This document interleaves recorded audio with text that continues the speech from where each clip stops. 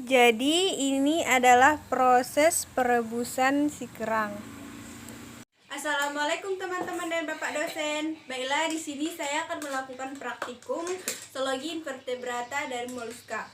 Tujuan dari praktikum ini ialah mengetahui struktur tubuh dari Bivalvia, mengetahui ciri khusus dari pengamatan tersebut, ciri khusus dari Bivalvia ini, mengetahui struktur tubuh cephalopoda dan ciri-ciri khusus dari cephalopoda ini, dan mengetahui organ-organ penyusun dari filum Bivalvia dan cephalopoda. Yang pertama, bahan-bahannya. Bahan yang pertama yaitu cumi-cumi. Kalau tidak ada cumi bisa sotong, tapi saya menggunakan cumi. Yang kedua adalah kerang. Dan untuk alatnya yaitu ada mulai dari sarung tangan, talam, sumpit, pisau cutter atau gunting. Saya memakai keduanya. Selanjutnya kita masuk ke prosedur kerja. Tetapi sebelum masuk ke prosedur kerja, ada baiknya kita membaca basmalah sebelum melakukan kerja. Bismillahirrahmanirrahim. Baik, di sini saya menggunakan kerang loken atau biasa disebut dengan nama Latin Gelonia erosa dari genus Polymysoda, spesies P. expansa dan subkelas Heterodonta. Jadi untuk fisiologinya, ini adalah bagian depan kerang dan ini adalah bagian belakangnya atau tempat keluarnya sisa-sisa makanan. Bagian depan disebut dengan asterior dan bagian belakang ini disebut dengan posterior. Dan di sini biasa disebut dengan dorsal dan bagian ininya disebut dengan ventral. Untuk ini, bagian yang menonjol disebut dengan umbo. Fungsi umbo ini ialah melindungi kerang dan umbo ini adalah cangkang yang paling keras dari kerang tersebut. Dan kerang ini juga mempunyai ligamen atau garis di sini yang berfungsi sebagai tempat bersatunya kerang ini. Masuk ke bagian anatominya.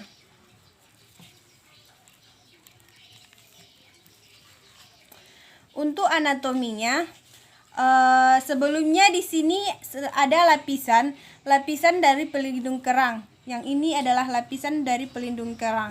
Karena sudah saya rebus, jadi lapisan pelindung kerang ini tidak terlalu nampak.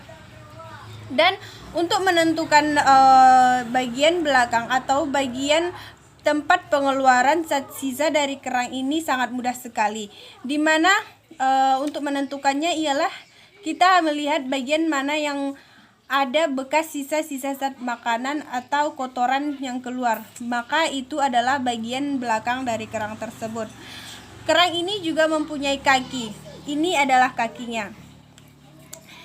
Kakinya ini seperti lidah dan cara bergeraknya ialah dengan cara mendorong. Yang kedua adalah kerang juga memiliki insang. Ini adalah insangnya. Ini adalah insang. Kerang memiliki insang berlapis. Ini juga insang. Insang berlapis ini disebut dengan stenidia. Untuk kerang juga memiliki sistem peredaran darah dan sistem pencernaan. Sistem peredaran darah meliputi jantung dan sistem pencernaan lambung dan usus. Baiklah, bagian dalamnya mari kita lihat.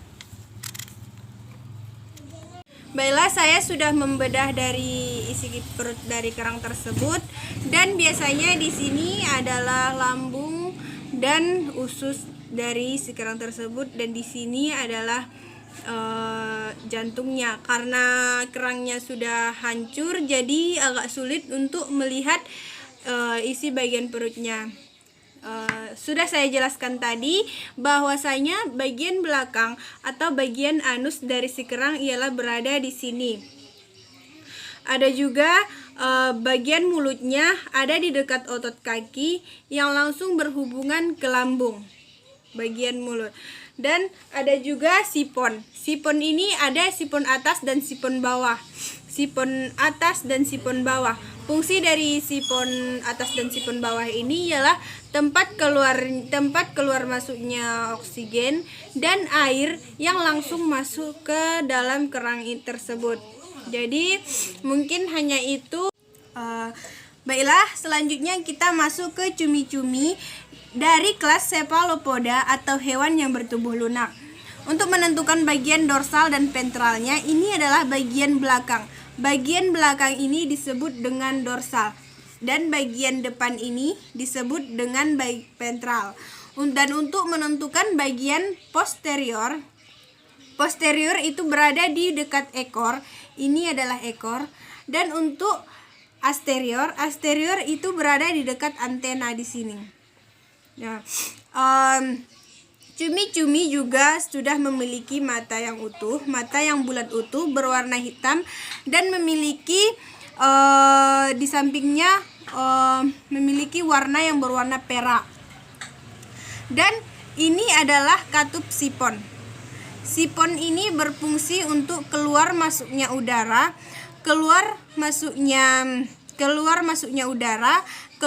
tempat keluarnya tinta dan tempat keluarnya sperma bagi jantan. Nah, pasang kaki tentakel yang dua terdapat satu pasang yang sangat panjang, dan ini fungsinya ialah untuk menghindari predator dan melindungi diri.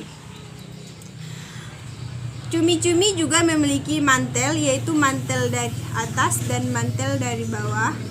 Mulutnya terdapat di kepala, di tengah-tengah dari tentakelnya. Ini adalah mulut.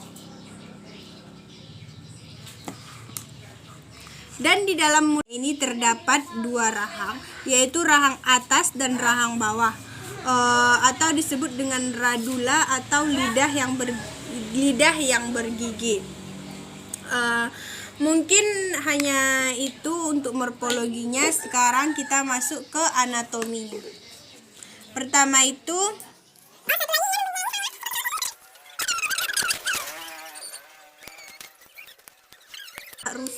agar bagian organnya tidak rusak.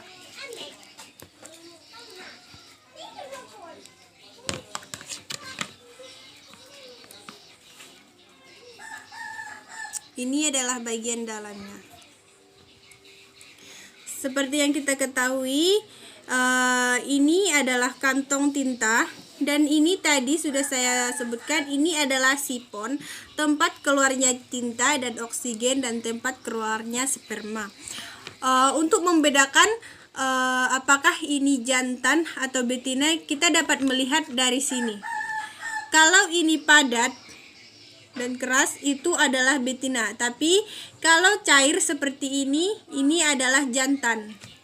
Jadi ini adalah insangnya, dan ini adalah mantel atau perut. Dan untuk sistem organnya, cumi-cumi juga sudah memiliki sistem organ yang sempurna, mulai dari mulut dan taring dari rahang atas, dan ini taringnya, rahang atas dan rahang bawah. Fungsinya untuk melumat makanan dan langsung masuk ke esofagus. Setelah ke esofagus, langsung masuk ke lambung dan dicerna oleh usus melingkar. Dan untuk pengeluarannya atau anusnya itu berada di sini, sama dengan tempat keluarnya tinta. Ini adalah sipon tadi, yang fungsinya sudah saya bilang ialah untuk tempat keluarnya udara, tempat keluarnya oksigen atau udara, tempat keluar masuknya air, tempat keluarnya tinta, dan tempat keluarnya sperma bagi cumi-cumi jantan. Mungkin hanya itu yang dapat saya jelaskan tentang anatomi dan fisiologi dari cumi-cumi ini. Lebih dan kurangnya saya mohon maaf. Wassalamualaikum warahmatullahi wabarakatuh.